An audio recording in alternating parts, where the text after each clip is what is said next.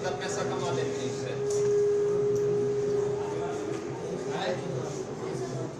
200-250 एक दिन में कमा लेती है।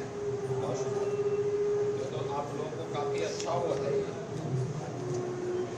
इसको और थोड़ा सा अच्छी मार्केटिंग कर दे, मशीन ठीक ली जाए।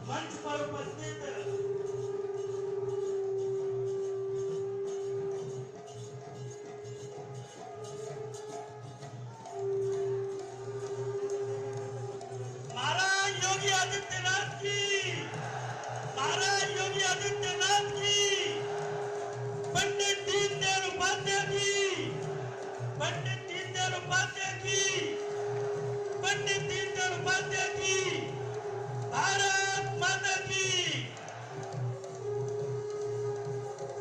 जैसा कि आप सभी देख रहे हैं, हमारे बीच में हमारे मुख्यमंत्री भी पधार चुके हैं, क्योंकि वो ही जनता पद चिन्हों पर, वो ही जनता पद चिन्हों पर, वो ही पद चिन्ह बनाता है वही सूरमा इस जग में लाखों में पूछा जाता है।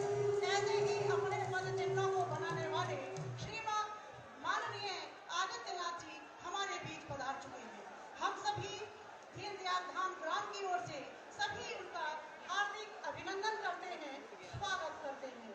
साथ ही मंचासीन जितने भी अतिथि बंधु हैं उनका भी हम सभी हार्दिक अभिनंदन करते हैं, स्वागत करते हैं। कार्यक्रम का शुभारंभ करने से पूर्व अपने इष्ट देव के आह्वान के लिए मैं माननीय आदित्यनाथ जी से निवेदन करती हूँ कि वे दीनदयाल जी के चित्र के समक्ष दीप प्रज्वलन एवं पुष्पार्चन करने का कष्ट करें। श्रीमान मुख्यमंत्री जी, पंडित दीनदयाल जी के चित्र के समक्ष सभी जो अन्य भी अतिथि हैं यहाँ पर, श्रीमती हेमा मालिनी जी सांसद, श्री लक्ष्मी नारायण चौधरी जी मंत्री उत्तर प्रदेश सरकार, महेश चंद्र जी गुप्ता जी अध्यक्ष उद्योग केंद्र, श्री मधुसूदन दास जी अध्यक्ष स्मारक समिति, श्री सोहन लाल जी अध्यक्ष मेला समिति, ग्राम प्रधान श्रीमती सत्ता जी, मनीष अग्रवाल जी कार्यक्रम संचालक मेला मंत्री, सभी दीप प्रज्वलन एवं पुष्पार्चन करते हुए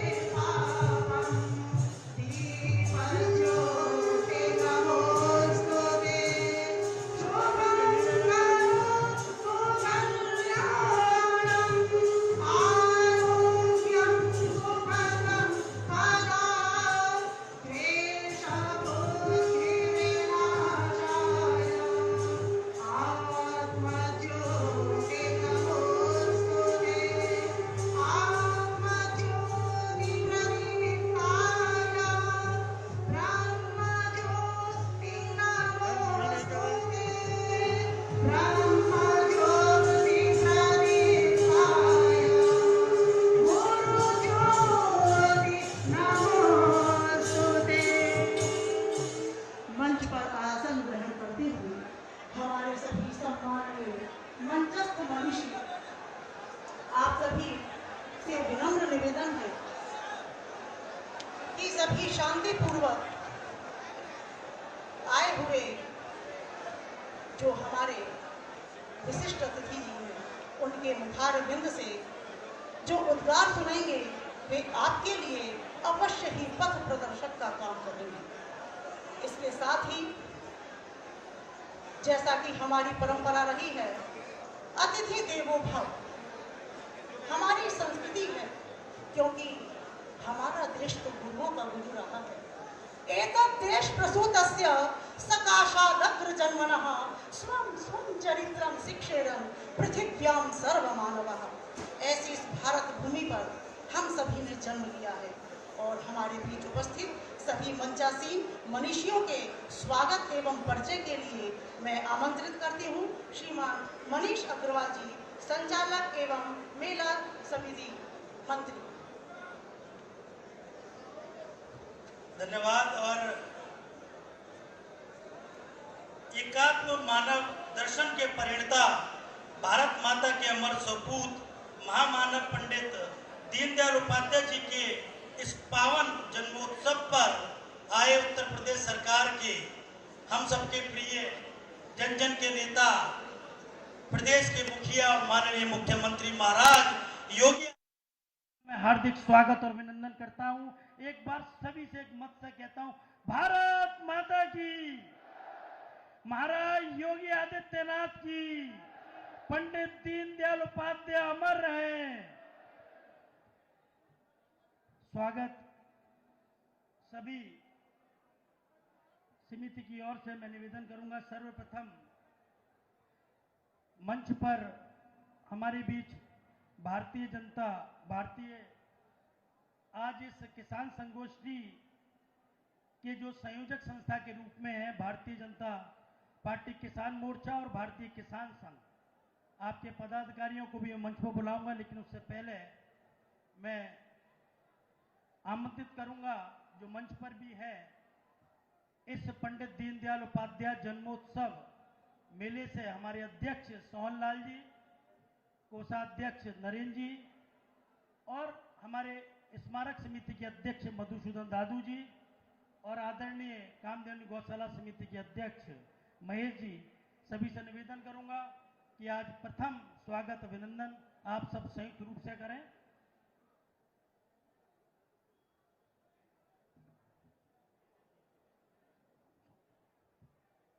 शंख की नाद।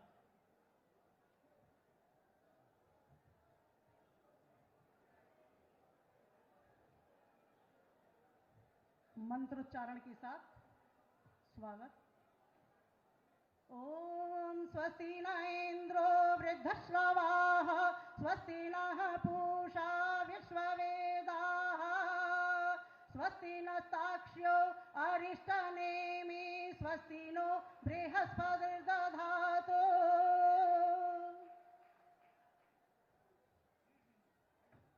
ओम भद्रं कर्णेभिः शृणुयाम देवा भद्रं पश्येमाक्षभिर्यजत्राः स्थिरैरङ्गैस्तुष्टुवाग्वं सस्तनूभिर्व्यसेमहि देवहितं यदायुः। मथुरा की सांसद जनप्रिय नेता हमारे बीच हैं हेमा मालिनी जी। आदरणीय हेमा मालिनी जी के स्वागत के लिए मैं निवेदन करूंगा मेला समिति की ओर से, अध्यक्ष जी से और हमारी स्मारक समिति की ओर से दादू जी से कि आपको स्वागत अभिनंदन पटका पहनाकर किया जाए प्लीज। हमारे बीच मंच पर आदरणीय उत्तर प्रदेश सरकार के कैबिनेट मंत्री श्री लक्ष्मी नारायण जी हमारे बीच मौजूद हैं। मैं इसी क्रम में महेश जी से और आदरणीय सोनपाल जी से निवेदन करूंगा कि आपको भी मेला समिति की ओर से पटका पहनाकर स्वागत और अभिनंदन किया जाए।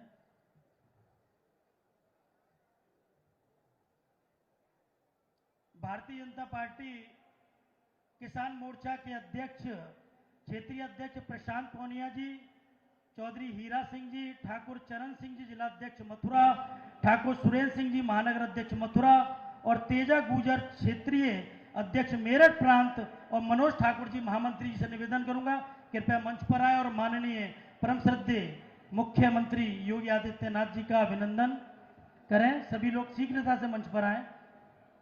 माननीय मुख्यमंत्री जी को ये बताना चाहता हूं कि आज इस बड़ी संख्या में जो किसान भाई आप के दर्शन के लिए आए हैं, सभी लोग बहुत समय से ललायित थे। आपने हमारे आग्रह को जो स्वीकारा है, निश्चित ही सब कृतज्ञता आपको व्यक्त करना चाहते हैं। उसी कृतज्ञता की प्रथम कड़ी में भारतीय जनता पार्टी किसान मोर्चा के प्रशांत पोनिया जी, चौधरी हीरा सिंह जी, ठाकुर चरण सिंह जी, ठाकुर सुरेंद्र सिंह जी और तेजा गुजर जी और मनोज ठाकुर जी, इसी भारत माता की, किसान भाइयों की, महाराज योगी आदित्यनाथ की, इसी कड़ी में भारतीय किसान संघ ने जो इस पूरी संगोष्ठी के लिए बहुत प्रयास किया है, बहुत मेहनत की है, ऐसे हमारे श्री मोहन सिंह चाहर जी जो कि प्रदेश मंत्री हैं, श्री गुलवीर सिंह जी अध्यक्ष ब्रज प्रांत, श्री ऋषि कुमार जी महामंत्री निदेशक जो कि राष्ट्रीय माही फेडरेशन से हैं और श्री लक्ष्मण सिंह जी प्रांत उपाध्यक्ष, श्री अभिमन्यु जी प्रताप सिंह मंत्री और श्री पारस ठाकुर जी जिला अध्यक्ष मथुरा। भारतीय किसान संघ के सभी पदाधिकारियों को मंच पर बुलाना चाहता हूं कि वे आए और परम श्रद्धेय महाराज योगी आदित्यनाथ जी का अभिवादन सब किसान भाइयों की ओर से करें। किसान संघ के पदाधिकारी, भारत माता की, जोश में कमी कैसे है, भारत माता की।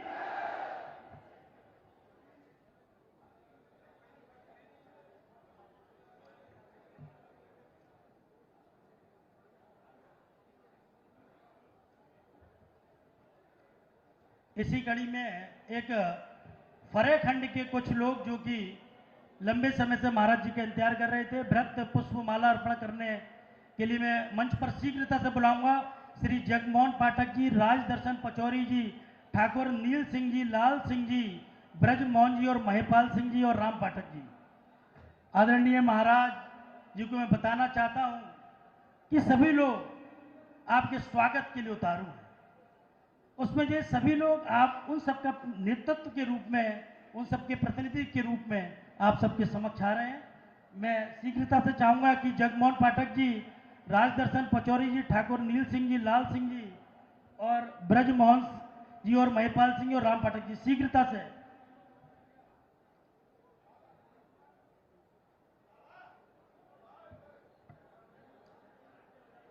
सभी लोग खड़े हो जाएंगे। भारत माता की, अपने स्थान से खड़े होकर महाराज योगी आदित्यनाथ की, पंडित दीनदयाल उपाध्याय की।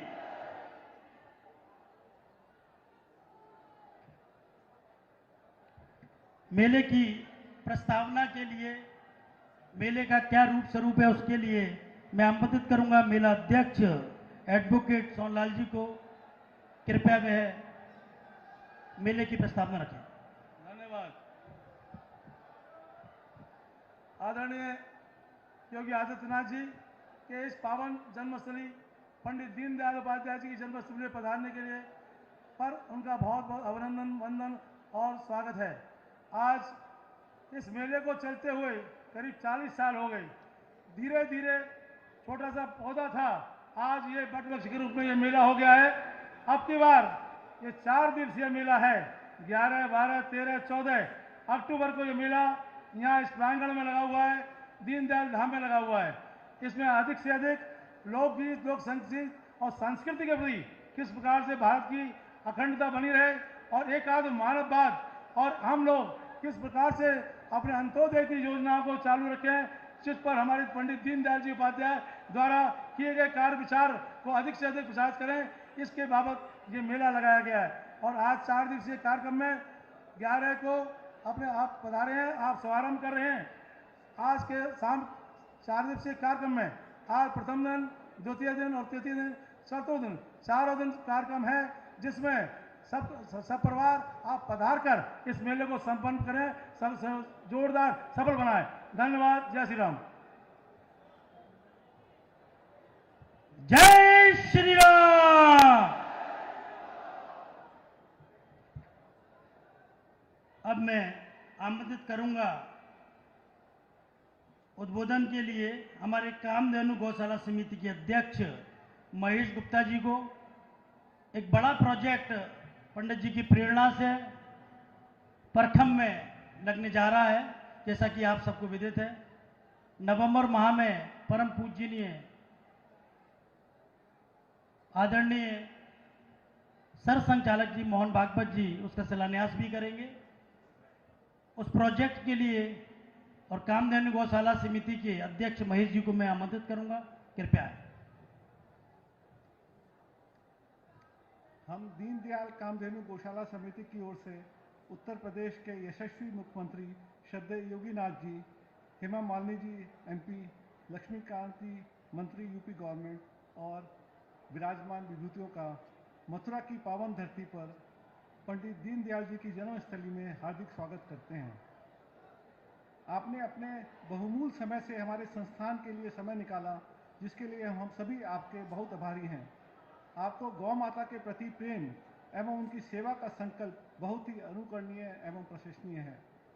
पंडित दीनदयाल जी का सपना था कि देश की अर्थव्यवस्था गांव से ही सुदृढ़ होगी, इसलिए गांवों का सशक्त एवं आर्थिक रूप से स्वतंत्र बनाना बहुत ही आवश्यक है।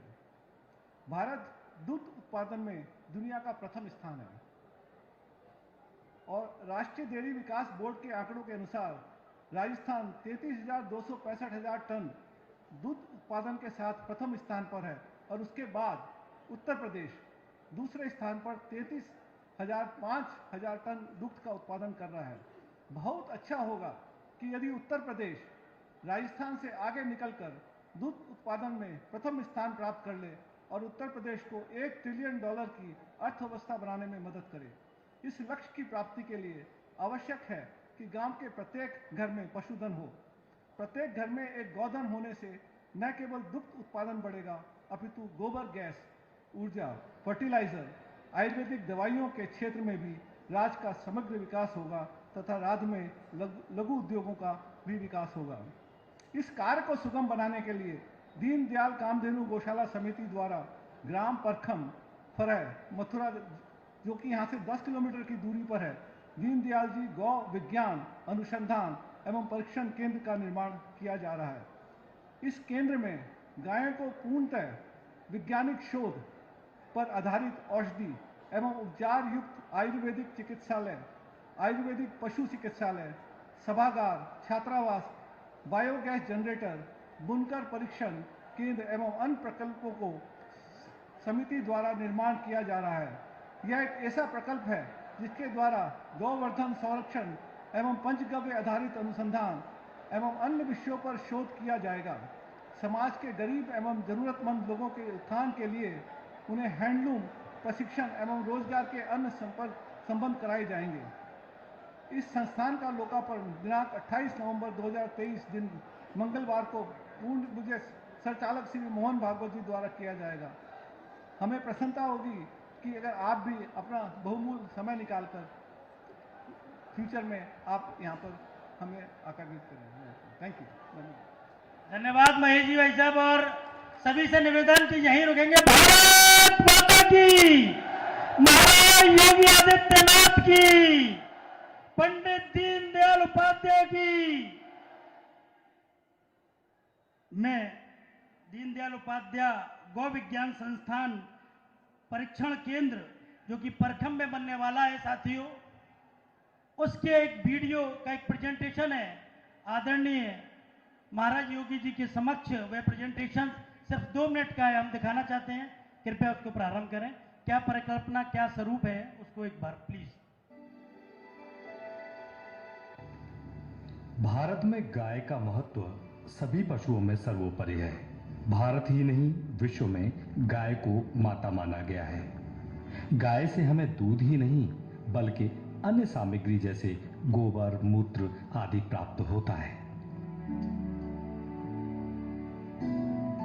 दीनदयाल धाम, फरह, मथुरा दीनदयाल कामधेनु गौशाला समिति द्वारा एक गौशाला चलाई जा रही है जिसमें अनेकों गाय की नस्लें उपलब्ध हैं। गौशाला में गायों को साफ सुथरे एवं हवादार वातावरण में रहने के लिए सभी सुविधाएं उपलब्ध कराई जा रही हैं।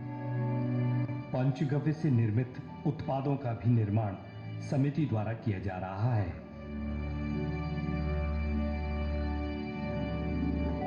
दीनदयाल धाम फरह मथुरा से लगभग 10 किलोमीटर दूर गांव परखम में दीनदयाल कामधेनु गौशाला समिति द्वारा एक नवीन परियोजना का निर्माण कार्य दीनदयाल गौ विज्ञान अनुसंधान एवं प्रशिक्षण केंद्र के रूप में प्रारंभ किया जा चुका है।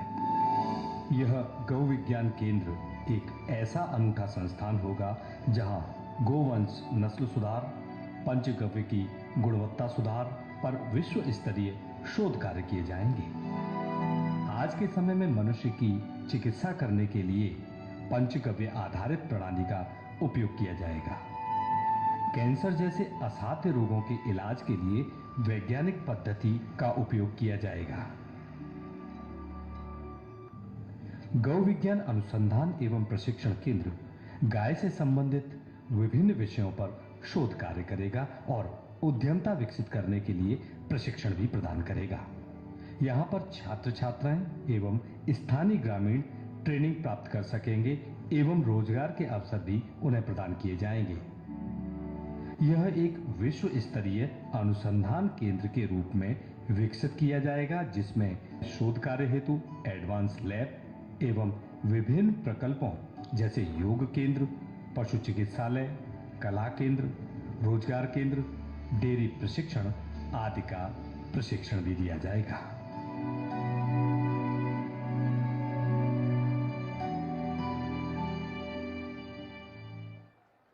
पंडित दीनदयाल उपाध्याय जी की प्रेरणा से जैविक खेती, प्राकृतिक खेती के प्रोत्साहन के लिए भारतीय जनता पार्टी लगातार कार्य कर रही है। और पंडित दीनदयाल उपाध्याय स्मारक समिति के द्वारा भी इस क्षेत्र में लगातार प्रयास किया जा रहा है। जो किसान भाई प्राकृतिक खेती के प्रोत्साहन के लिए कार्य कर रहे हैं, प्राकृतिक खेती कर रहे हैं, ऐसे किसान भाइयों को मंच पर सम्मानित करने के लिए, उनके प्रोत्साहन के लिए मैं आग्रह करूंगा माननीय मुख्यमंत्री जी से।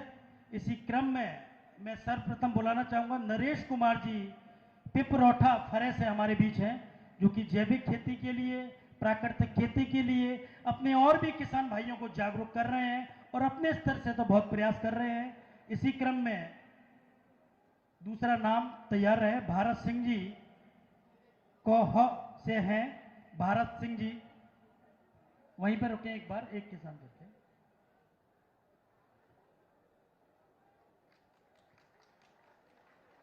जोरदार तालियां आपके बीच के किसान भाई हैं। दूसरी कड़ी भारत सिंह जी और इसी कड़ी में राकेश कुमार मोहन से हमारे बीच है, राकेश कुमार जी। और चौथा नाम जो कि ऋषि कुमार जी हैं, जो कि निदेशक भी हैं राष्ट्रीय फेडरेशन दिल्ली, FPO फेडरेशन जैविक उत्पाद एवं मार्केटिंग विशेषज्ञ है, निवास आगरा है और वो लगातार जैविक खेती और प्राकृतिक खेती के लिए कार्य कर रहे हैं।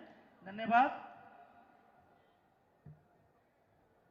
और अब हम पूरा सभागार जिनको सुनने के लिए ललायत है, जिनको सुनने के लिए कृतज्ञ है, तमाम जिलों, तमाम जनपदों से किसान भाई यहां पर आए हैं। पंडित दीनदयाल उपाध्याय जी के विचारों पर चलने वाले लोग आए हैं। ऐसे बंधुओं का मैं स्वागत करता हूं, लेकिन माननीय मुख्यमंत्री जी को बुलाऊं उससे पहले मैं चाहता हूं जोर से महाराज योगी आदित्यनाथ की, भारत माता की, पंडित दीनदयाल उपाध्याय की मैं पूरे मन भाव के साथ, पूरे सम्मान और आदर के साथ बुलाना चाहता हूं। धन्यवाद।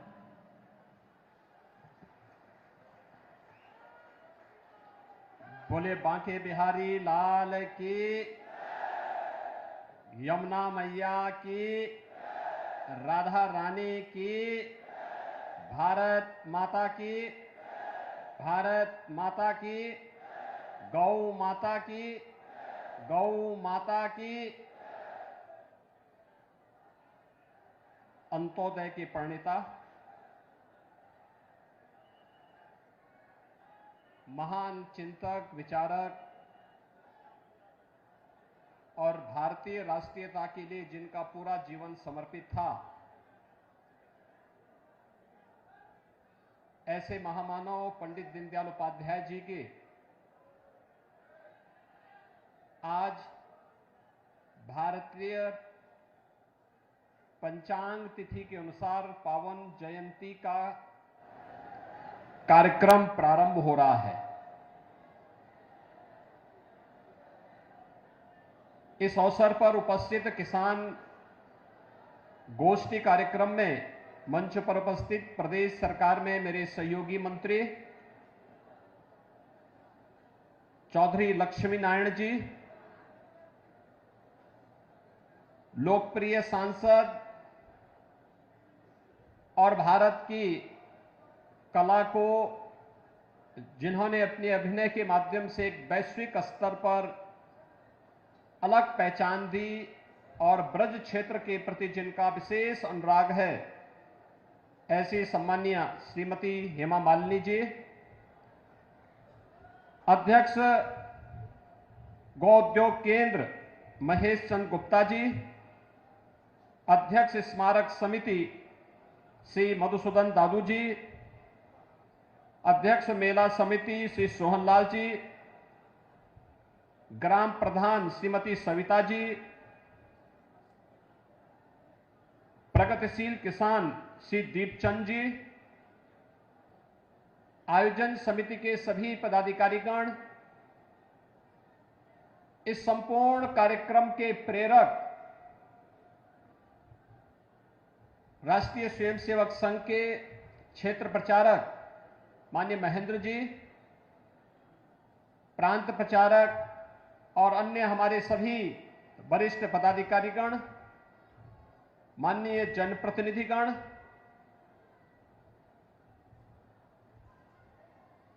भारी संख्या में आए हुए हमारे सभी अन्नदाता किसान भाइयों बहनों, पंडित दीनदयाल उपाध्याय जी की इस पैतृक भूमि फरह में आयोजित उनकी पावन जयंती कार्यक्रम के अवसर पर आयोजित इस मेले में मैं प्रदेश सरकार की ओर से आप सबका हृदय से अभिनंदन करते हुए भारत माता के इस महान सपूत के चरणों में नमन करते हुए उन्हें विनम्र श्रद्धांजलि अर्पित करता हूं। भाइयों बहनों, हम अंग्रेजी तिथि के अनुसार 25 सितंबर की तिथि को पंडित दीनदयाल उपाध्याय जी के जन्मदिन के रूप में मनाते हैं, लेकिन जब हम पंचांग की तिथि के अनुसार जाते हैं तो अश्विन कृष्ण त्रयोदशी जो कल पड़ेगी, लेकिन 2 दिवसीय मेले के उद्घाटन के कार्यक्रम के साथ जिन लोगों के लिए पंडित दीनदयाल उपाध्याय जी ने अपना जीवन जिया था, जिनके उत्थान के लिए उनका पूरा जीवन समर्पित था, उस भारत और भारतीयता के लिए अपने पसीने से, अपने परिश्रम से और अपने पुरुषार्थ से भारत के विकास को एक नई ऊंचाई तक पहुंचाने वाले अन्नदाता किसानों के सम्मान की दृष्टि से यह कार्यक्रम स्मारक समिति के द्वारा प्रतिवर्ष आयोजित किया जाता है। मैं इसके लिए स्मारक समिति को हृदय से धन्यवाद देते हुए इस धरा को नमन करता हूं, जिसने पंडित दीनदयाल उपाध्याय जैसे महापुरुष को अपनी धरा पर जन्म लेने का एक अवसर दिया। वैसे भी हमारी ब्रजभूमि अनेक ऐसे महापुरुषों को समाज और राष्ट्र को प्रदान करने वाली भूमि है।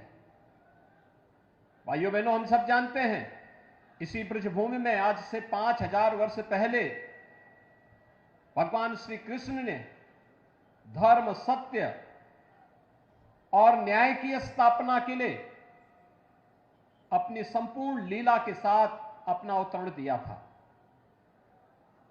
आज भी उनके द्वारा कुरुक्षेत्र के मैदान में कही गई जो उपदेश थे, वे भी आज 5000 वर्षों के बाद भी उतने ही प्रासंगिक बने हुए हैं जितने 5000 वर्ष पहले थे। भारत की समृद्ध पौराणिक और समृद्ध संस्कृति का इससे अच्छा उदाहरण और क्या हो सकता है। और ब्रजभूमि में तो रज रज में, कण कण में प्रभु का वास है, उनकी कृपा बसती है,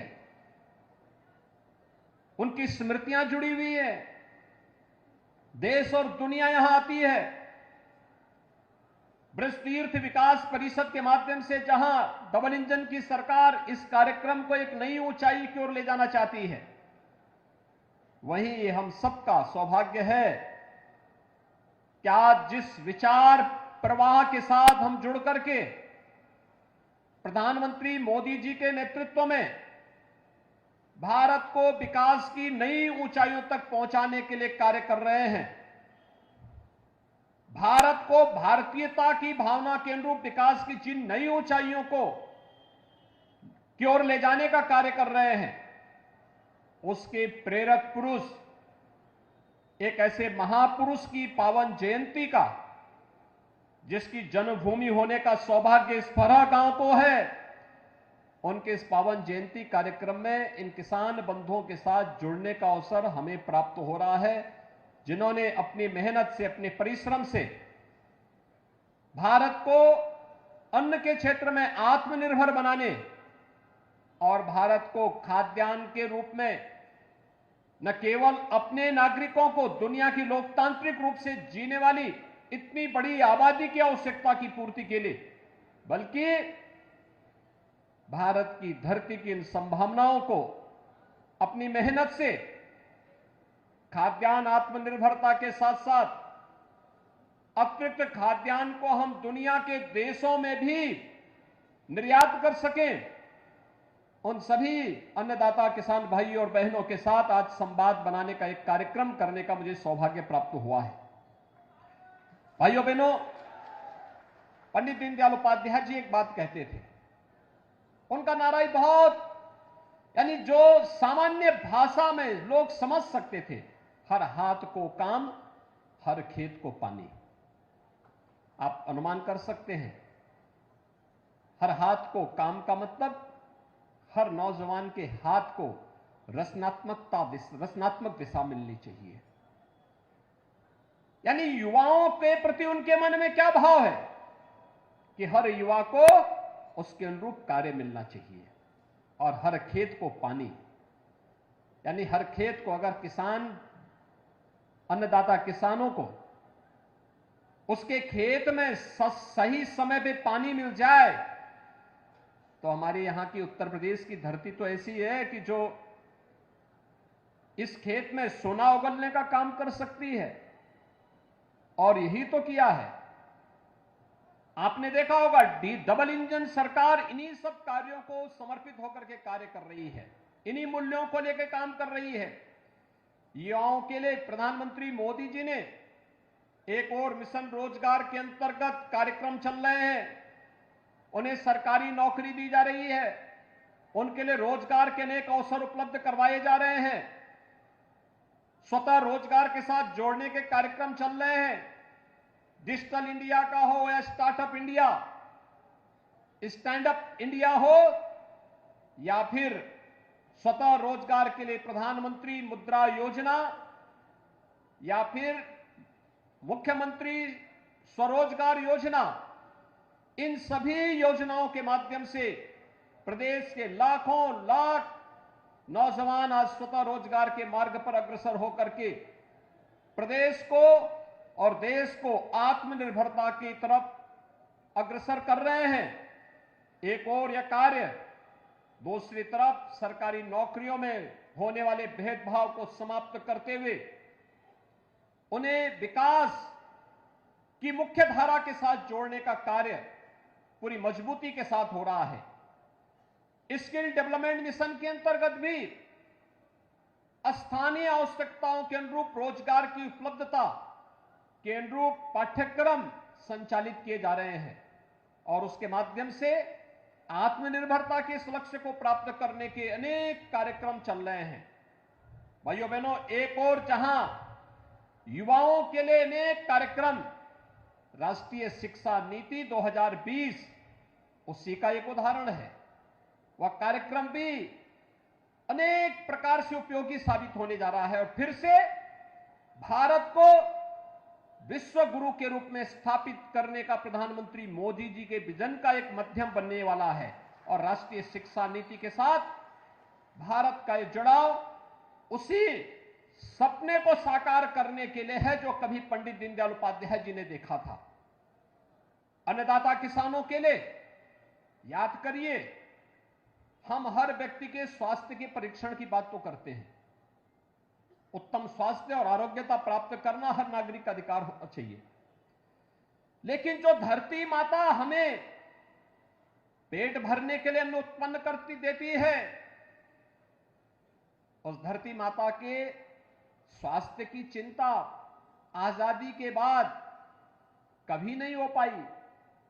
पहली बार 2014 में मोदी जी के प्रधानमंत्री बनने के बाद सॉयल हेल्थ कार्ड की व्यवस्था हुई कि जिस धरती माता से, जिस धरती को हम मां कहते हैं, उस धरती माता के स्वास्थ्य का परीक्षण भी होना चाहिए और सॉयल हेल्थ कार्ड की व्यवस्था पूरे देश के अंदर लागू किया गया। प्रधानमंत्री फसल बीमा योजना, इसके माध्यम से भी किसानों को जोड़ने का प्रयास हुआ। अगर खड़ी फसल किसी आपदा की चपेट में आ जाए तो उस किसान को उसका कंपनसेशन मिलना चाहिए, इसकी व्यवस्था सुनिश्चित की गई। प्रधानमंत्री कृषि सिंचाई योजना, अकेले उत्तर प्रदेश ने पिछले 6 वर्ष में लगभग 22 लाख हेक्टेयर भूमि को अतिरिक्त सिंचाई की सुविधा उपलब्ध करवाई है। एक बड़ी संख्या है। बार याद करिए, उत्तर प्रदेश में सरकार आते ही सबसे पहला कार्य सरकार ने किया था, डबल इंजन की सरकार ने सबसे पहला कार्य किया था लघु और सीमांत किसानों का 1 लाख रुपए तक का ऋण माफी के कार्यक्रम को आगे बढ़ाना। यह उसी श्रृंखला का हिस्सा था कि हमारा अन्नदाता किसान आत्महत्या न करे। उनके लिए अनेक कार्यक्रम चलाए गए।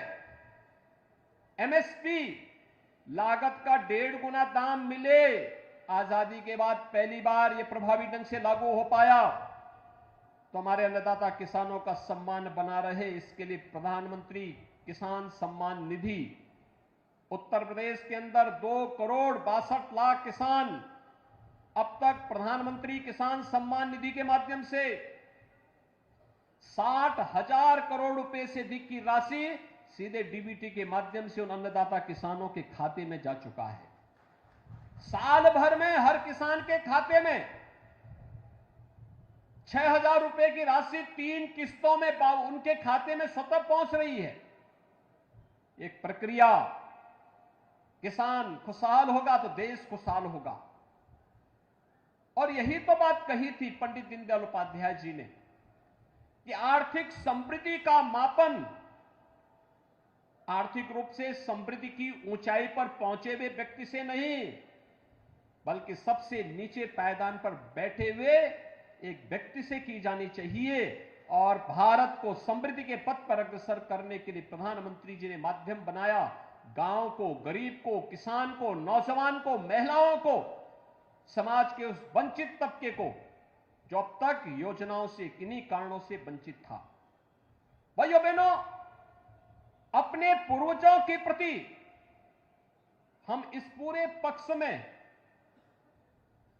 पितरों के प्रति तर्पण का कार्यक्रम, श्राद्ध का कार्यक्रम करते हैं। दुनिया के अंदर अन्यत्र यह देखने को नहीं मिलता होगा, लेकिन सनातन धर्म की परंपरा में होता है कि हम इस पक्ष में अपने पूर्वजों के प्रति कृतज्ञता ज्ञापित करने के लिए उन्हें तर्पण देते हैं।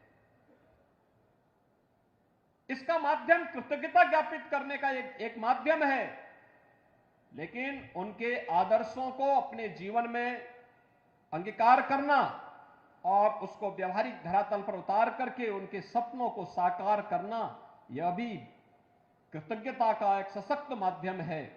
और आज डबल इंजन की सरकार उसी कृतज्ञता को ज्ञापन करने का एक माध्यम इस रूप में आगे बढ़ाने का कार्य कर रही है। भाइयों बहनों, आपने देखा होगा सरकार ने अनेक कदम उठाए हैं। अब तक 2,17,000 करोड़ रुपए का गन्ना किसानों के गन्ना मूल्य का जहां भुगतान हुआ है, वहीं इसी मथुरा जनपद में छाता चीनी मिल के पुनरुद्धार के कार्यक्रम को भी सरकार तेजी के साथ आगे बढ़ाने जा रही है। इस कार्यक्रम को हम लोगों ने अपने हाथों में लेकर के इस कार्यक्रम को हम आगे बढ़ा रहे हैं। मथुरा, वृंदावन, बरसाना, गोकुल, नंदगांव आदि पवित्र स्थलों को तीर्थ क्षेत्र के रूप में विकसित करने की कार्रवाई युद्ध स्तर पर बढ़ रही है। निवेश की नई संभावनाओं को आगे बढ़ाया जा रहा है। कोसी कला में फूड प्रोसेसिंग का एक बड़ा केंद्र गत वर्ष स्थापित हो गया और अभी आलू प्रोसेसिंग का भी एक नया सेंटर आगरा में स्थापित होने जा रहा है। ये सभी इन किसानों के लिए जीवन में व्यापक परिवर्तन के माध्यम बनने जा रहे हैं। भाइयों बहनों, आज हम सब अपने अन्नदाता किसानों की समृद्धि के लिए पूरी तत्परता के साथ कार्य करते हुए इस अभियान को आगे बढ़ाने के लिए कृत संकल्पित हैं। मुझे बहुत अच्छा लगा, अभी मैं यहां पर, मेरा सौभाग्य है, मुझे इससे पहले भी कई बार दीनदयाल धाम में आने का सौभाग्य प्राप्त हुआ और मैंने यहां पर देखा है। आज भी देख के मन कितना प्रसन्न हुआ, देख करके कैसे हम एक अधिक यानी जमीन, कैसे हम लोग गांव को आत्मनिर्भरता की ओर अग्रसर कर सकते हैं, ग्राम स्वराज की परिकल्पना को कैसे साकार किया जा सकता है, उसका एक आदर्श उदाहरण दीनदयाल धाम है। आप वहां पर आए हैं, इतनी बड़ी संख्या में किसान बंधु आए हैं, आप देखिए कैसे वर्कशॉप चलते हैं, आयुर्वेद की दवाओं को, गौ आधारित कृषि को, गौ से बनने वाले, गौमय से बनने वाली तमाम प्रकार की औषधियों का निर्माण कैसे होता है, यहां की वर्कशॉप को थोड़ा जाकर के देखिए किस तरीके से यहां पे कार्य हो रहा है और कितनी उत्तम क्वालिटी की आयुर्वेद की, आयुष की दवाओं को यहां उत्पादन हो रहा है। यह एक उदाहरण यह धाम यहां पे प्रस्तुत कर रहा है। तो गौ अनुसंधान केंद्र को एक नए सिरे से प्रस्तुत करके गौ माता के प्रति जो भारत की सनातन परंपरा रही है, एक और हम गौ को मां कहते हैं और दूसरी तरफ सड़कों पे छोड़ देते हैं। लेकिन इस चुनौती को स्वीकार किया है इस धाम ने कि नहीं, अगर गौ माता है और भारतीय परंपरा कहती है, हमारे शास्त्र कहते हैं, सर्वे देवा स्थिता देहे सर्वदेव मही गो, अगर सभी देवी देवताओं का निवास इस गौ माता में है तो इसके संरक्षण का कार्य भी और इसके संवर्धन का दायित्व भी हम उठाएंगे और इसके लिए अनुसंधान केंद्र खोल करके नस्ल को सुधार के साथ साथ गौ माता के एक एक उत्पाद से कैसे हम उपयोगी बना सकते हैं समाज को और उसके माध्यम से हर किसान को कैसे आत्मनिर्भर बना सकते हैं, इस कार्यक्रम का दायित्व भी इन्होंने लिया है। और मैं चाहूंगा कि इस धाम को इसके लिए एक बार जो यहां पे दीनदयाल उपाध्याय वेटनरी विश्वविद्यालय है, विश्वविद्यालय के साथ भी एमओयू करते हुए इस कार्यक्रम को आगे बढ़ाएंगे तो यह कार्यक्रम बहुत तेजी के साथ आगे बढ़ पाएगा और इस कार्यक्रम को मजबूती के साथ आगे बढ़ाने में मदद मिल पाएगी। भाइयों बहनों, जब मैं यहां पे आया सुबह तो मेरे सामने अनेक प्रस्ताव आए थे। एक प्रस्ताव यह भी आया कि यहां के युवाओं को आर्मी में, पुलिस में भर्ती करने के लिए एक नए प्रयास किए जाने चाहिए। हमारी सरकार ने कुछ तय किए हैं, हर गांव में खेल का मैदान हो, ग्राम प्रधान निधि के पैसे का उपयोग, प्राथमिकताएं तय की गई, गांव को आत्मनिर्भर बनाने की दिशा में प्रयास होने चाहिए। इसके लिए हमारा प्रयास होना चाहिए, गांव में खेल का मैदान हो, ओपन जिम का निर्माण हो, ब्लॉक स्तर पर एक मिनी स्टेडियम का निर्माण हो, हर जनपद में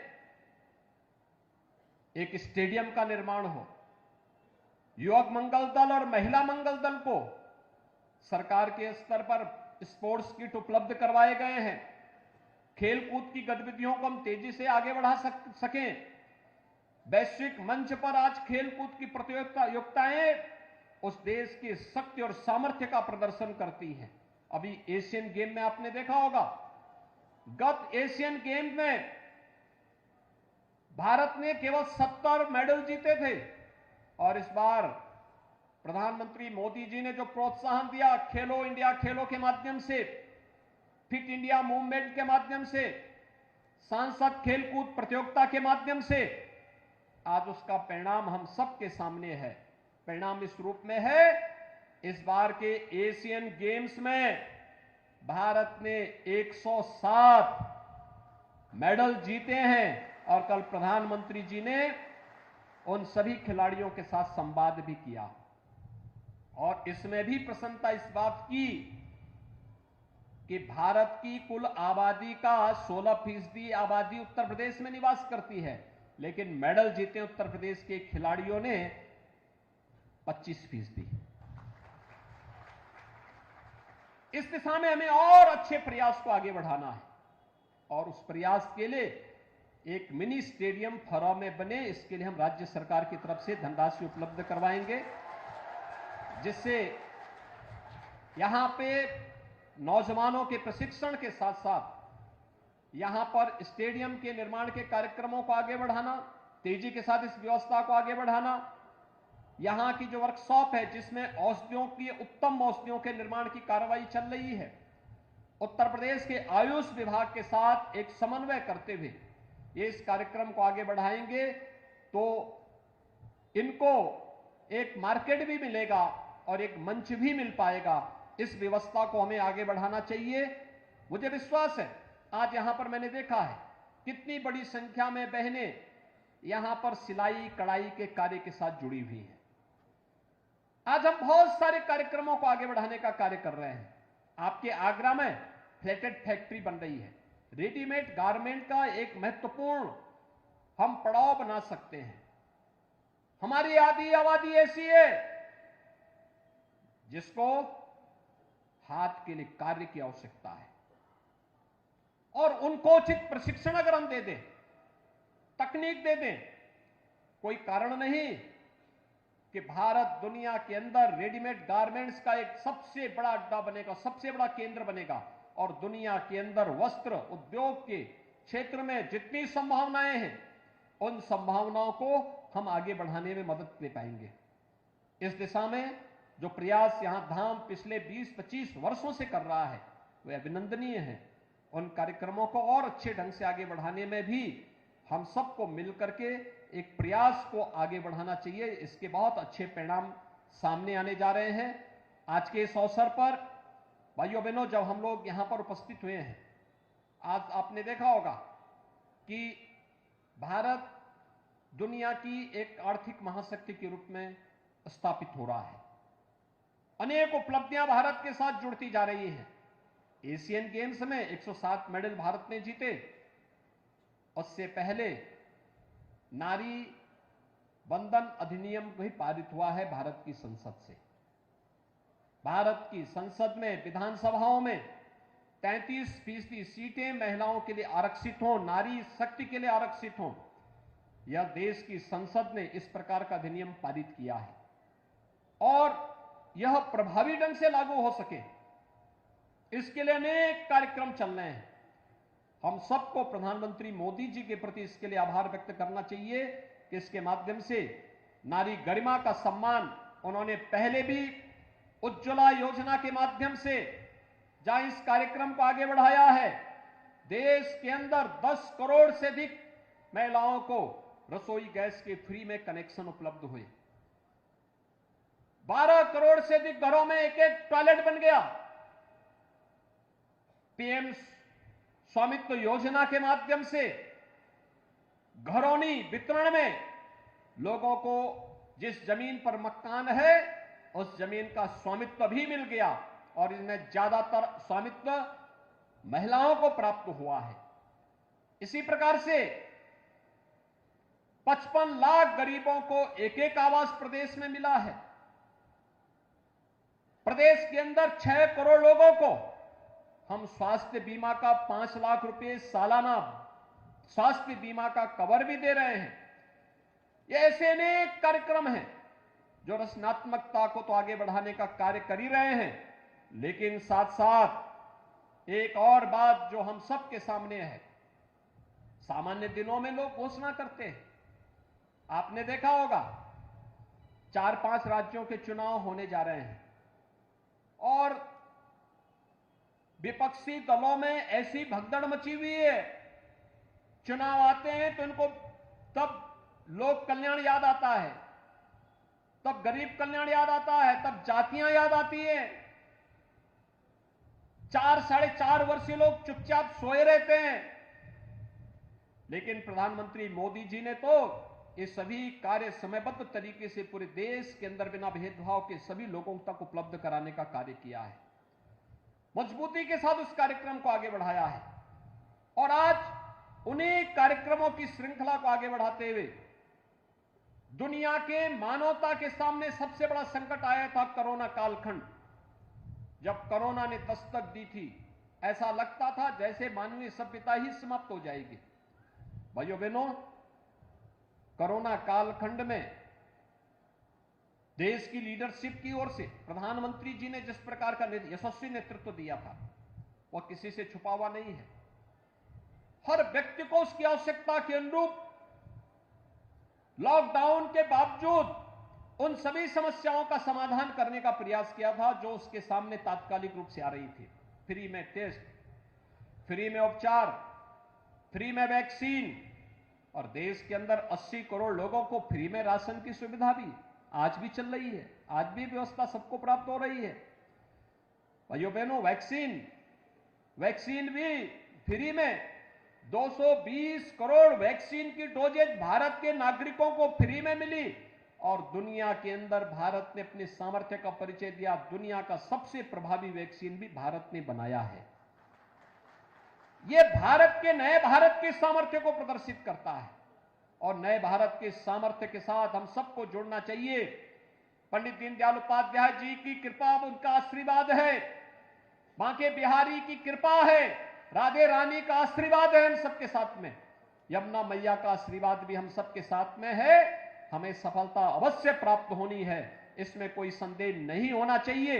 आज के इस अवसर पर पंडित दीनदयाल उपाध्याय जी के जो सपने हैं, जो उनके संकल्प हैं, इन सपनों और संकल्पों को आगे बढ़ाने के लिए हम सभी पूरी प्रतिबद्धता के साथ कार्य करेंगे। इस विश्वास के साथ मैं आज के इस अवसर पर एक बार फिर से पंडित दीनदयाल उपाध्याय जी के स्मृतियों को नमन करता हूं। उनकी इस पैतृक भूमि को, जहां पर उनके पूर्वजों ने जन्म लेकर के अपनी पूरी व्यवस्था को आगे बढ़ाने का कार्य किया था, इस धरा को नमन करता हूं। पंडित दीनदयाल उपाध्याय जी के पावन जयंती कार्यक्रम के अवसर पर उन्हें विनम्र श्रद्धांजलि अर्पित करता हूं और विश्वास इस बात के लिए आप सबको आश्वस्त करता हूं कि डबल इंजन की सरकार बिना भेदभाव के पंडित जी के सपनों को साकार करने के लिए पूरी प्रतिबद्धता के साथ, पूरी ईमानदारी के साथ कार्य करेगी। आप सबके प्रति मेरी शुभकामनाएं। धन्यवाद। जय हिंद।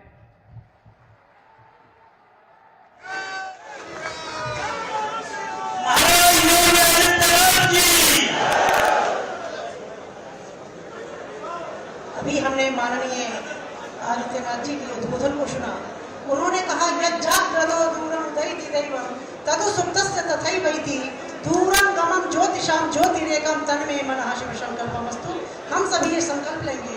साथ ही में आज के मेला अध्यक्ष सोहनलाल जी एवं मेरा मंत्री मनीष अग्रवाल जी से निवेदन करती हूँ कि हेमा मालिनी जी एवं लक्ष्मी नारायण जी को दीनदयाल जी के स्मृति महोत्सव के उपलक्ष्य में स्मृति चिन्ह भेंट करें।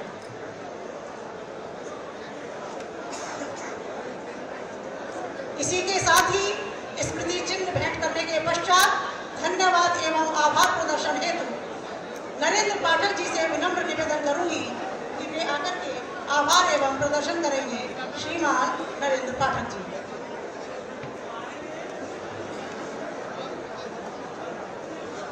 दीनदयाल उपाध्याय जी के जन्मोत्सव के कार्यक्रम में पधारे माननीय मुख्यमंत्री योगी आदित्यनाथ जी का मैं दीनदयाल धाम की तरफ से बहुत बहुत धन्यवाद और आभार